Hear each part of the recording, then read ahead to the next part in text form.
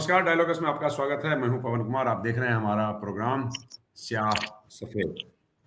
आज हम बात करेंगे एक ऐसे विषय पर जिसका इंतजार सालों से है। भारत और यूरोपीय यूरोपीय संघ, दो बड़ी अर्थव्यवस्थाएं जहां बातचीत कर रही हैं, एक ऐसे व्यापार समझौते के बेहद करीब हैं अब हम, जो आने वाले सालों में भारत के निर्यात उद्योग और बाजारों की दिशा तय कर सकता है। ये सिर्फ बात टैरिफ घटाने और बढ़ाने की बात नहीं है, बाजार खोलने की बात नहीं है। सवाल यह है कि क्या भारतीय उद्योग यूरोप के खड़े कड़े मानकों के ऊपर खरा उतर पाएगा या नहीं उतर पाएगा। क्या यह समझौता भारत के लिए निवेश और रोजगार के नए अवसर खोलेगा या नहीं खोलेगा। क्या वो नए अवसर लेके आएगा। और इससे भी बड़ी बात, ये सबसे अहम ये कि क्या शेयर बाजार इस डील को, और पूरा फाइनेंशियल मार्केट की बात करते हैं, इस डील को एक अवसर के रूप में देख रहा है या एक रिस्क के तौर पे इसको देखा जाएगा। आज हम इस कार्यक्रम में समझने की कोशिश करेंगे भारत ईयू ट्रेड डील का मतलब क्या है। हम अब से जस्ट मेरे ख्याल से आप लगा लीजिए, हम हफ्ते भर की दूरी पे हैं जो भारत सरकार के नुमाइंदे ने ऐसा बताया है।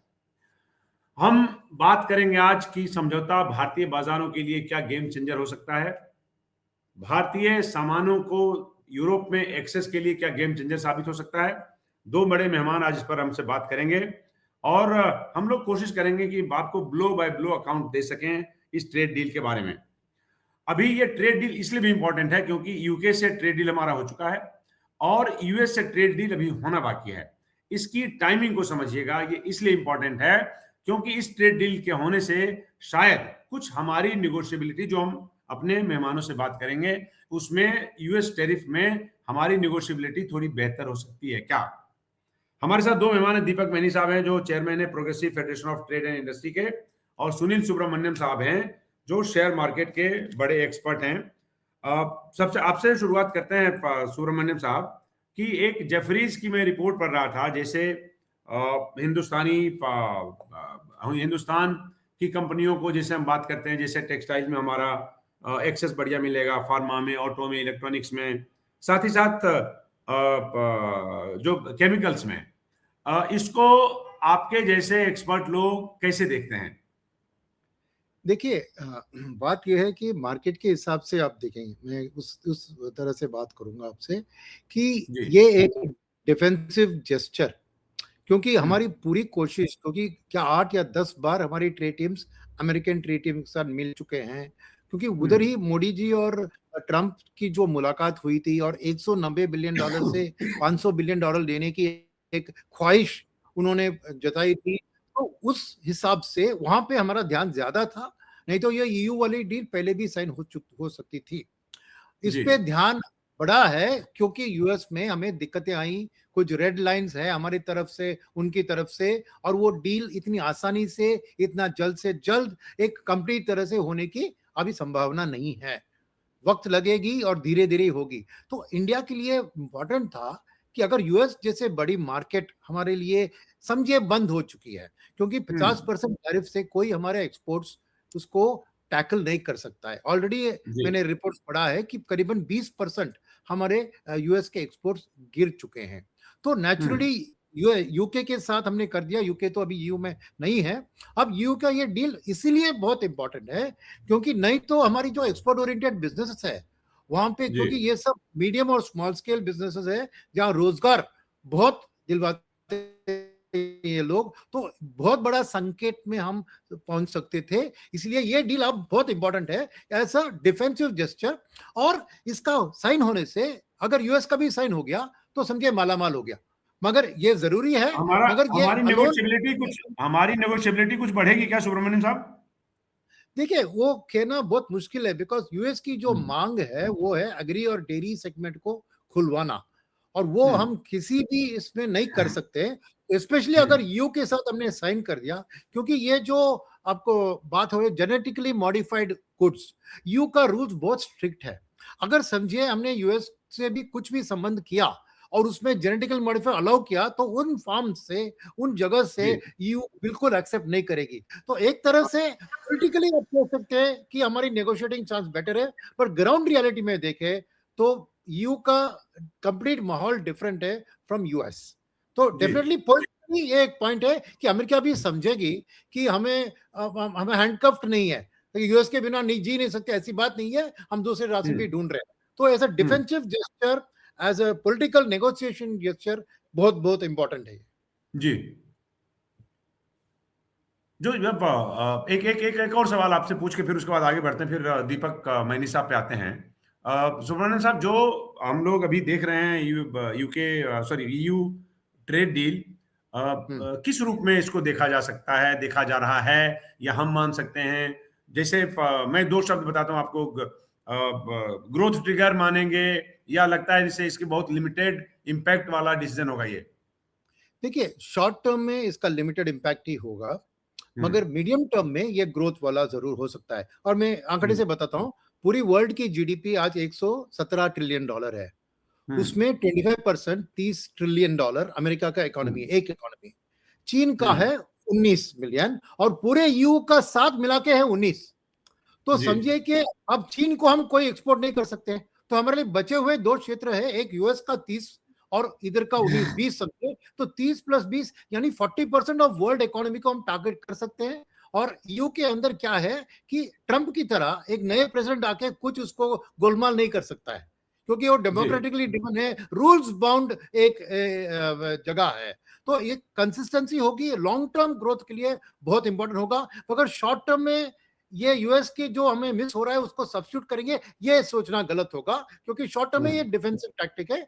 मीडियम टर्म, क्योंकि हमारी भी कॉम्पिटिटिवनेस, हमारी लेबर की जो स्किल लेवल है, वो सब इंप्रूव करने की जरूरत है। मैनी साहब, जो हमारे एक्सपोर्ट के अलग अलग सेक्टर्स हैं, इस समझौते से कितना इमीडिएट रिलीफ, कितना इमीडिएट फायदा होने की उम्मीद है? इसमें जो सबसे पहले, ब्रेकअप भी अगर बताएंगे तो अच्छा रहेगा। हाँ, इसमें सर सबसे पहले जो फायदा होगा वो टेक्सटाइल और फुटवेयर सेक्टर को हमें लगता है सबसे ज्यादा फायदा होगा, और तीसरा जी जी। फार्मास्यूटिकल्स। हम्म। और ये लगभग, क्योंकि ये सबसे ऐसे सेक्टर हैं कि ये रोजमर्रा की जरूरतों की चीजें सारी पूरी करते हैं। अब जैसे हम्म। ईयू में जैसे मान लो कि लगभग 1.5 से 2 अरब लोगों के साथ डायरेक्ट इंडियन जो मैन्युफैक्चरर है वो जुड़ेंगे, उनका डायरेक्टली माल वहां जाएगा। तो इसका हम्म। फायदा लॉन्ग टर्म में, जैसे सर ने बताया कि लॉन्ग टर्म में इसका फायदा, मीडियम टर्म में इंडियन लोगों को बहुत ज्यादा फायदा मिलेगा। जी और काफी हद तक जो जीडीपी का बेनिफिट है वो अभी तो नहीं, पर लॉन्ग टर्म में बहुत अच्छा बेनिफिट मिलेगा भारत। जी। अच्छा, जैसे अभी हम लोग पढ़ रहे हैं, मतलब एक साल से सीबीएम पे तो बहस होते होते हम देख रहे हैं एक साल हो ही गया। ईयू के जो अभी बिल्कुल स्ट्रिक्ट, जैसे इन्वायरमेंटल जो कंसर्न है, जो उनके जो जिसको लाना चाहते हैं, से लेके लेबर और क्वालिटी के जो स्टैंडर्ड हैं, वो भारतीय निर्यातकों के लिए क्या कहेंगे? हमारे लिए वो अपॉर्चुनिटीज हैं, या लगता है कि नहीं, वो एक नॉन टेरिफ बैरियर सा काम करेगा? नहीं सर, वो अपॉर्चुनिटी तो है ही है। अपॉर्चुनिटी का तो यूं है कि देखिए, थोड़ा बहुत तो इंडिया के लोगों को इम्प्रूवमेंट करनी पड़ेगी। स्किल्ड लेबर की बहुत ज्यादा जरूरत है भारत को, जी। क्योंकि अभी तक भारत में स्किल्ड लेबर का वो लेवल नहीं है जो हम्म। यूरोप के कंट्रीज में है। हम्म। इसके अलावा और भी टेक्नोलॉजी में भी इम्प्रूवमेंट की बहुत ज्यादा जरूरत है। इंडिया को हम्म। टेक्नोलॉजी पे खर्च करना पड़ेगा, डेवलपमेंट के जी ऊपर बहुत अच्छा खर्चा करना पड़ेगा, तो जी। जाकर ये सब चीजें हम मीट कर पाएंगे। हम्म। अच्छा, अब ये जो जो हमारे हमारी अर्थव्यवस्था की एक तरह से कहें तो रीढ़ हैं, जो यहाँ के एमएसएमई कंपनियां हैं, जीडीपी में उनका योगदान, इस पे ज़्यादा हम लोग ज़्यादा जाने की ज़रूरत नहीं है। एमएसएमई कंपनियां, एमएसएमई के जो एक्सपोर्टर्स हैं, नए चैलेंजेस को देखते हुए उनकी तैयारी कैसी लगती है आपको? एमएसएमई सेक्टर में जितने एक्सपोर्टर्स काम कर रहे हैं, खासकर गारमेंट्स, टेक्सटाइल और क्या नाम है इसका, मेडिकल डिवाइसेस से रिलेटेड जितने भी लोग काम कर रहे हैं, जी। उनके पास काफी अच्छा इंफ्रास्ट्रक्चर है। पर फिर भी हम्म। इम्प्रूवमेंट की तो जरूरत है ही है, इम्प्रूवमेंट तो करना ही पड़ेगा। और ईयू के स्टैंडर्ड्स बाकी देशों के मुकाबले में कुछ स्ट्रिक्ट हैं, तो वो धीरे-धीरे सब लोग कर लेंगे। मुझे नहीं लगता कि इसमें कोई बहुत ज़्यादा दिक्कत आएगी। बाकी हाँ, इम्प्रूवमेंट की आवश्यकता तो है। हम्म। कितनी? आप उनके देखिए मैं फिर उसी का हवाला दे रहा हूँ, जैसे स्टैंडर्ड्स की बात करते हैं बाकी, और जैसे नॉन टेरिफ बैरियर की बात करते हैं, तो वो कितनी कितनी क्या क्या क्या इंप्रूवमेंट आपको लगता है कि क्या इंप्रूवमेंट हो जाएगा तो हम उनके बराबर में आ जाएंगे? सबसे पहला जो इम्प्रूवमेंट की ज़रूरत है, एक तो अच्छी मशीनें इंडिया को खुद मैन्युफैक्चर करने की ज़रूरत है। दूसरी बात जो सबसे बड़ी चीज़ है, स्किल्ड लेबर, और हम्म। तीसरा इंफ्रास्ट्रक्चर। ये 3 हम्म। चीज़ों के ऊपर अगर इंडिया हम्म। काम करेगा, तो इंडिया बहुत जल्दी उनके स्टैंडर्ड्स को मीट कर लेगा। हम्म।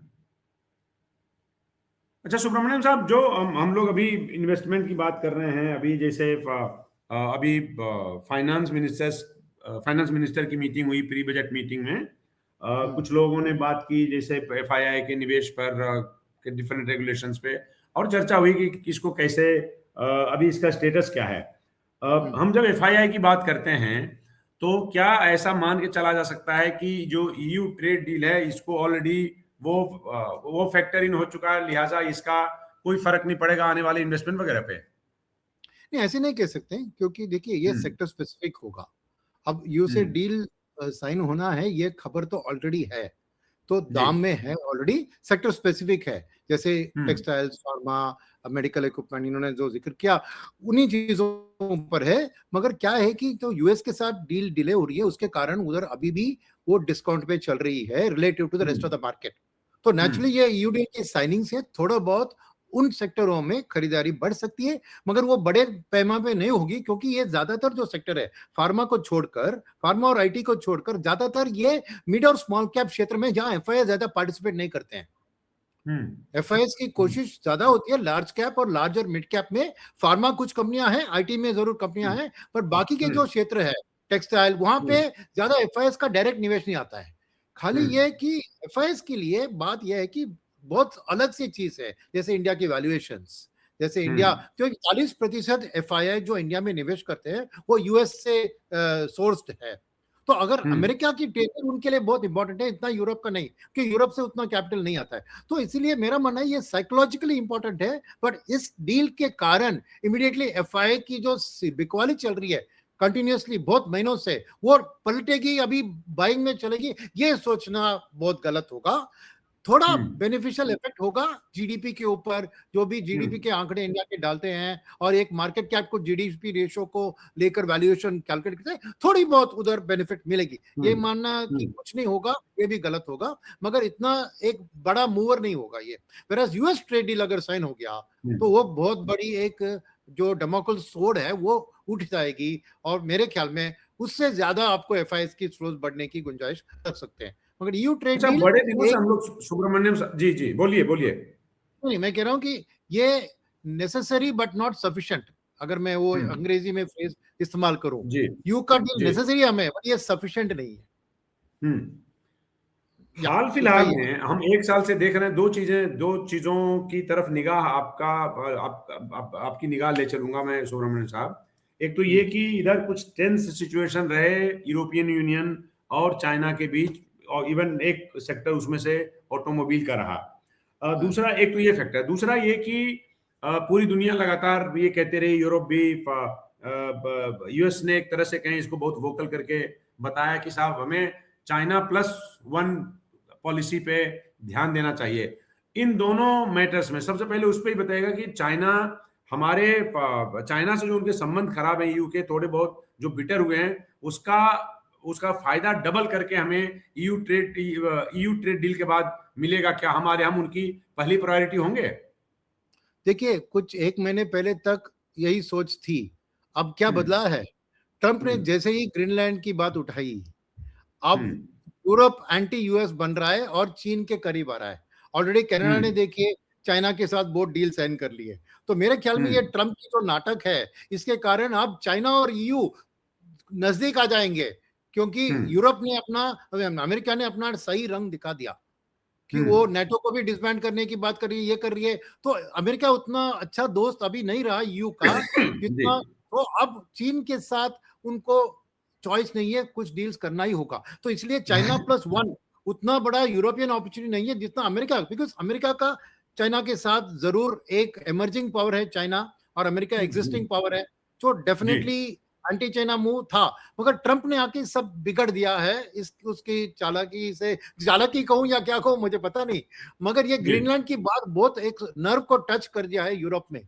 इसलिए मेरा मानना है कि जी जितना एंटी चाइना फीलिंग पहले था, अब वो हम्म कम होगा।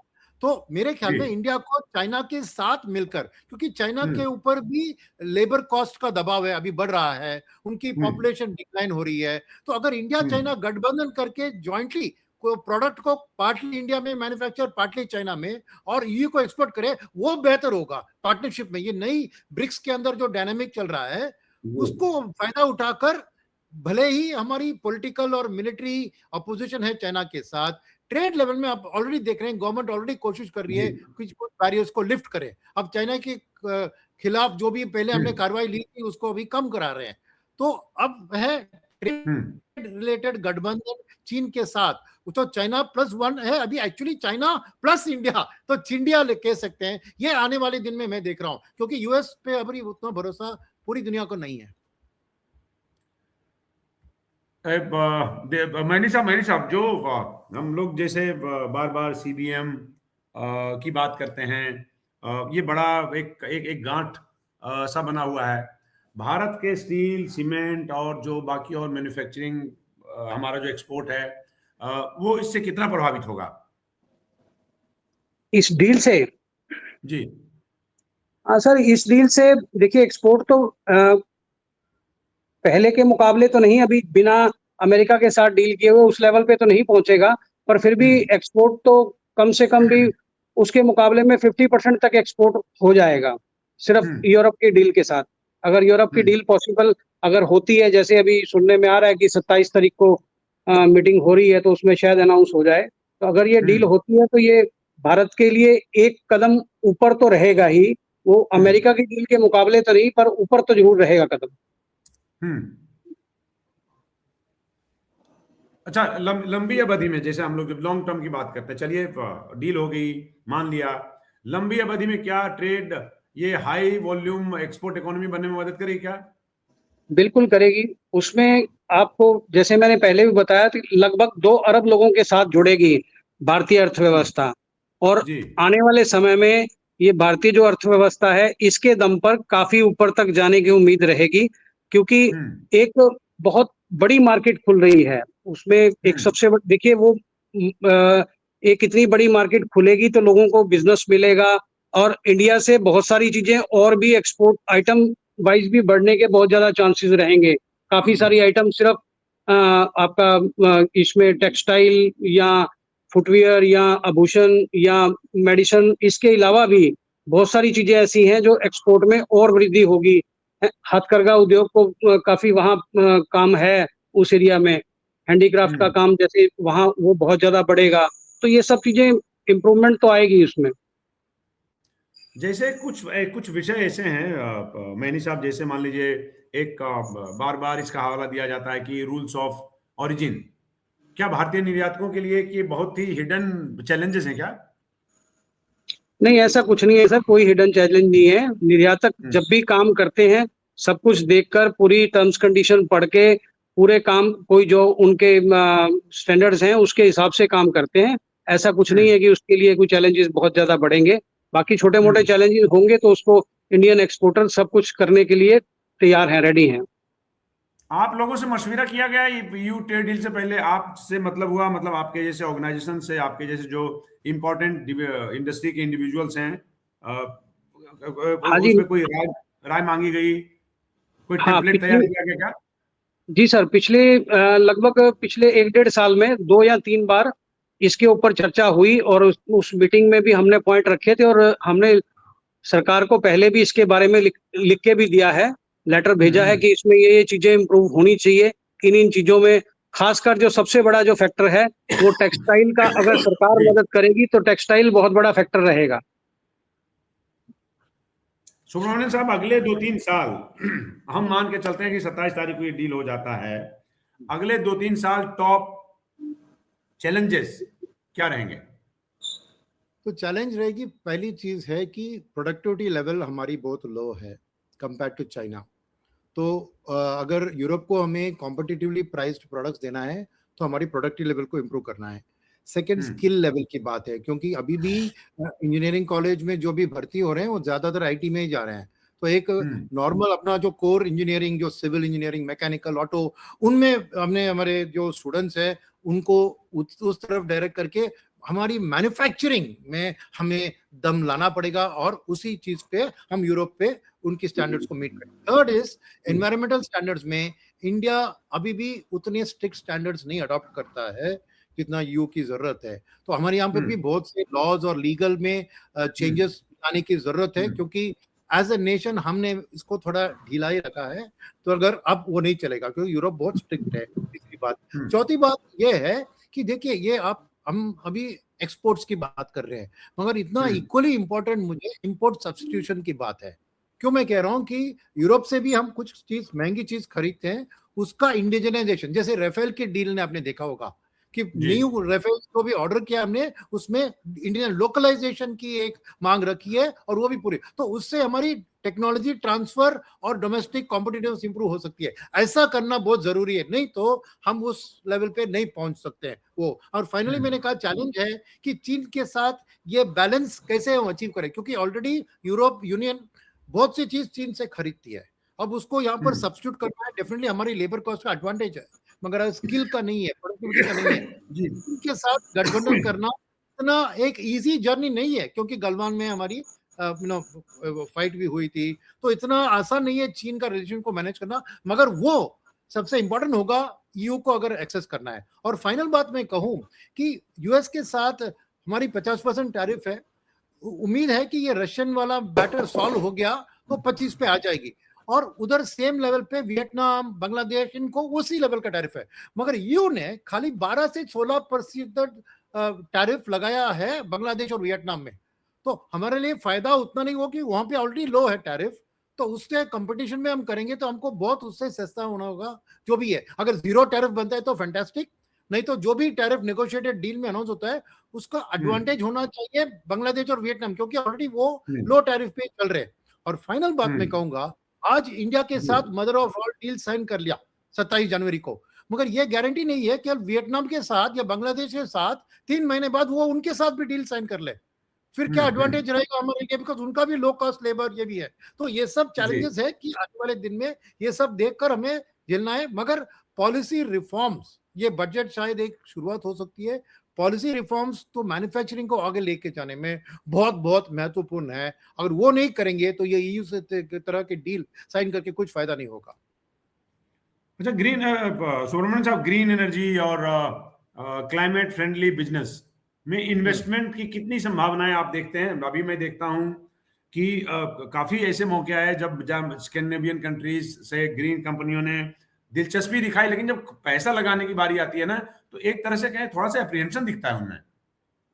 नहीं, जरूर दिखता है, क्योंकि इंडिया ना, जैसे मैंने कहा, थोड़ी ढीला है, इसके ऊपर हम उतना सीरियस नहीं लेते, बिकॉज हमारी एनर्जी रिक्वायरमेंट भयंकर है। तो अगर आप कहें कि हम कोल को इस्तेमाल ना करें, क्योंकि कोल बहुत पोल्यूटिंग फ्यूल है, वो नहीं कर सकते। हमारे लिए ह्यूज एनर्जी रिक्वायरमेंट है, और आने वाले दिन में एनर्जी का रिक्वायरमेंट और बढ़ने वाला है, बिकॉज एआई में, सेमीकंडक्टर में, इस सब में एनर्जी का रिक्वायरमेंट बहुत है। और इंडिया ने अपनी तरफ से ही बाय 2030 50% हमारा टोटल एनर्जी ऑल्टरनेटिव सोर्सेज से करने की एक गोल रखा है, और हम बढ़ रहे हैं। मगर लॉज एंड रेगुलेशंस में ये सब करना, बहुत आगे करना बहुत इंपॉर्टेंट है। और यूरोपीय फ्रांस की यूरोपीय पूंजी आएगी क्या इन दोनों सेक्टर में जिसकी चर्चा मैंने अभी की? इसमें यूरोपीय पूंजी बेतहाशा आने की उम्मीद रखते हैं आप इसके बाद? इसके बाद आने की उम्मीद रख सकता हूं। अभी तक नहीं आई है, मगर इस डील के बाद जरूर होता है, बिकॉज उनको भी वो एक्सपोर्ट करना है ना जी। डील तो बायलैटरल होगी ना, खाली इंडिया उधर एक्सपोर्ट करे नहीं होगा ना। तो डेफिनेटली ग्रीन एनर्जी में मैं अभी देख रहा हूं कि डील के बाद वहां से एफडीआई के रूप में यहाँ ग्रीन एनर्जी के कारखाने लग सकते हैं, उनकी टेक्नोलॉजी आ सकती है, और वो लॉन्ग टर्म में इंडिया के लिए बहुत बेनिफिशियल होगा। दीपक जी,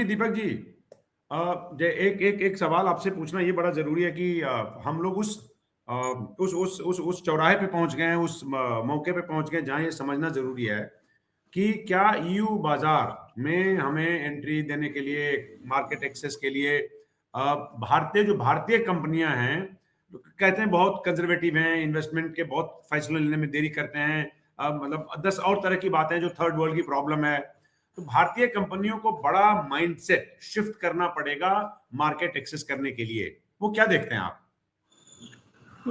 भारतीय कंपनियों को सर जो भी मार्केट एक्सेस करने के लिए करना होगा, वो तो देखिए सब चीजें, ये एमएसएमई तो पैसा वहां इन्वेस्ट करेंगे नहीं, और ये तो सारा बड़ी कंपनियां हैं, इंडिया की जो बड़ी कंपनियां हैं वो ऑलरेडी वहां एक्सेस कर रही हैं, सब पैसा लगा रहे हैं वहां, इन्वेस्टमेंट अच्छा कर रहे हैं बाहर के देशों में, तो यहाँ भी जी। करेंगे, यूरोप में भी करेंगे।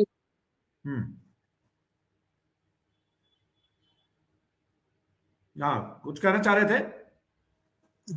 सर बड़ी कंपनी जितनी भी हैं भारतीय कंपनियां, अगर वो यूएसए में और बाकी कंट्रीज में पैसा इन्वेस्ट कर रही हैं, एक्सेस कर रही हैं, तो यहाँ भी अपना यूरोप में भी करेंगे, क्यों नहीं करेंगे। अच्छा, हम लोग सर बड़ा बहुत इनकरेजिंग बात आप कह रहे हैं। हम लो मार्जिन एक्सपोर्ट से तक लिमिटेड नहीं रहे, उसके लिए क्या करना होगा? मतलब वॉल्यूम से वैल्यू की तरफ जाने में कैसे मदद होगी? सर क्वालिटी और वॉल्यूम पे ध्यान देना होगा, सबसे बड़ी चीज तो यही है, अच्छी क्वालिटी और अच्छे वॉल्यूम पे आप काम करें, और कॉस्ट भी इफेक्टिव होगी, एक्सपोर्ट भी अच्छा होगा। चलिए, एक आखिरी सवाल सुब्रमण्यम साहब आपसे भी और मैनी साहब दोनों से, कि अगर इस डील की एक कमी आपको बतानी हो, या एक कमी या एक से ज्यादा भी बता सकते हैं आप, आपके पास अगर है तो, इस डील में कुछ ऐसी बातें जो आप एंटिसिपेट कर रहे हैं, जो आपका एप्रीहेंशन है, जो आप प्रीएम्प्ट कर रहे हैं, वो क्या है? क्या क्या लगता है वो क्या क्या कमी रह जाएगी या कमी है जो, क्योंकि बिट्स एंड पीसेज में तो खबरें आ ही रही है, जैसे फर्ज करिए dairy and agriculture to be left out, I mean that is one aspect, but there are other aspects also. तो सबसे पहले आपको क्या लगता है कि क्या कुछ ऐसी कमियां रह गई हैं क्या, देखिए या पहली कमी बात है नहीं कि रहने देनी चाहिए? कोई भी डील सक्सेस होना है तो विन विन होना है। अब तक हम खाली हमारी विन की बात कर रहे हैं, हमें यह भी सोचना चाहिए कि ईयू के लिए क्या विन होगा, और जो भी वहां विन होगा उनके लिए यहाँ लॉस नहीं दिखना चाहिए, क्योंकि यहाँ पर डेमोक्रेसी है, हम ऑपोजिशन कुछ भी मायने को उठाएगी और झंडा उठाएगी कि हमने बेच दिया देश को। तो ऐसी डील में बहुत से फाइन प्रिंट देखना जरूरी है, क्योंकि वो लोग थोड़ी खाली इंडिया को फेवर करने के लिए रहे हैं ना। कोई भी डील है विन विन होना चाहिए। तो क्या हम देने वाले हैं उनको, हमारी मार्केट में एक्सेस देने वाले हैं, क्या देने वाले हैं, वो बात सबसे बड़ी रिस्क है, क्योंकि वो खुलासा आपको 27 को ही मिलेगा या बाद में मिलेगी। नंबर टू बात है, नहीं नंबर जो टू यूके बात का ये ट्रेड है, डील है उससे कुछ भरोसा मिलता है आपको क्या? नहीं यूके का ट्रेल की बात क्या हुआ है, कुछ ज्यादा हुआ नहीं है ना। ग्राउंड लेवल पे आपने कुछ यूके के एक्सपोर्ट्स जबरदस्त बढ़ी, क्योंकि यूके की इकोनॉमी ही मुसीबत में जा रही है। तो यूके का भी हालत करीबन वही है कि वो इकोनॉमी, ये बड़ा संयोग है कि जब उन्होंने उस वक्त पे डील किया है, जब वो खुद बेचारे फंसे हुए बुरी तरह से अपने इकोनॉमी के चक्कर में। करेक्ट। तो वही मैं कह रहा हूँ, ईयू का भी हालत करीबन वही है, वो कोई बूम में नहीं चल रहा है। ईयू की ग्रोथ रेट भी देखिए बहुत बहुत स्लो डाउन है, जर्मनी अभी भी रिसेशन से अभी बाहर आ रही है। तो बात ऐसी है कि जो बात सामने दिख रही है कि ट्रेड डील में देखिए, आज हमारा एक्सपोर्ट ट्रेड टोटल वैल्यू 150 या 160 बिलियन है, हम 110 बिलियन एक्सपोर्ट करते हैं, उधर से 50 बिलियन इंपोर्ट करते हैं, राइट। हमारे यूएस के साथ भी करीबन वैसा ही है, 190 बिलियन का है, मगर यूएस का हमारा विजन था 500 बिलियन लेके जाने का, बट इधर विजन है 160 बिलियन जाएगा, 250 बिलियन।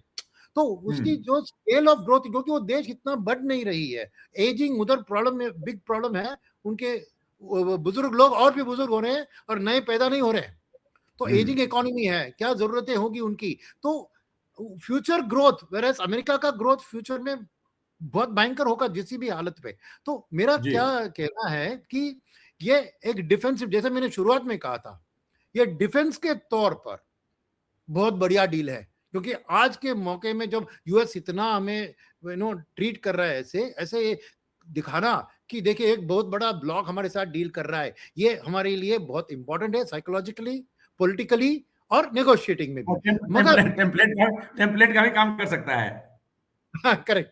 मगर यूएस थे इनिशियली, देखिए ट्रम्प का भी अनप्रेडिक्टेबिलिटी हो सकता है इसमें, क्योंकि जैसे ही हमने ब्रिक्स की कुछ करेंसी जी। की बात उठाई, उन्होंने कहा कि अगर ब्रिक्स की करेंसी आगे ले मैं 200% टैरिफ लगाऊंगा। तो ऐसे ही यू डील पे भी ट्रम्प का क्या रिएक्शन होगा वो भी देखना जरूरी है।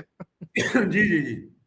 मैनी साहब, ये सवाल आपसे क्या ऐसी लगता है आपको कि क्या, चलिए मैं इसको थोड़ा पैराफ्रेज करता हूँ इस सवाल को कि क्या आपको लगता है कि ऐसी कौन सी चीजें हैं, ऐसी कौन सी प्रॉब्लम एरियाज हैं, कमियां हैं जो भारत सरकार को इस डील में हेज कर लेना चाहिए? सबसे बड़ी चीज जो है, एक तो ऑटोमोबाइल सेक्टर और एक लिकर सेक्टर। इन दो चीजों का उनका एक्सेस इंडिया में होगा ज्यादा। तो मेरे को लगता है इसके ऊपर सरकार को ज्यादा ध्यान देने की जरूरत है कि क्योंकि ऑटोमोबाइल में, इंडिया में ऑटोमोबाइल आज की डेट में एक सेक्टर ऐसा है जिसके कारण काफी एमएसएमई को बहुत ज्यादा सपोर्ट मिलता है। इस सेक्टर में कंपटीशन के दौर चल सकता है आने वाले टाइम में, क्योंकि उनकी जो ऑटोमोबाइल कंपनियां हैं वो इंडिया में आएंगी। अगर उनको इंडिया किस हिसाब से डील देता है, लिकर लाइन की लोग जो आएंगे यहाँ पे, तो इन दोनों सेक्टर पे सरकार को बहुत ज्यादा ध्यान देने की जरूरत है कि इनमें क्या कर सकते हैं ताकि इंडियन जो इंडस्ट्री है उसको कोई बहुत ज्यादा नुकसान ना हो। मतलब ध्यान देने की जरूरत, आप कह रहे हैं सतर्क रहने की जरूरत है कायदे से। चलिए, बहुत हाँ, बहुत शुक्रिया बिल्कुल, आपका मेरे बिल्कुल। साहब। और जी, सुब्रमण्यम साहब, आपका भी बहुत बहुत शुक्रिया हमारे साथ बातचीत करने के लिए। थैंक यू कल फिर सर, आपसे थैंक यू। मुलाकात होगी इसी कार्यक्रम में। बिल्कुल। नमस्कार।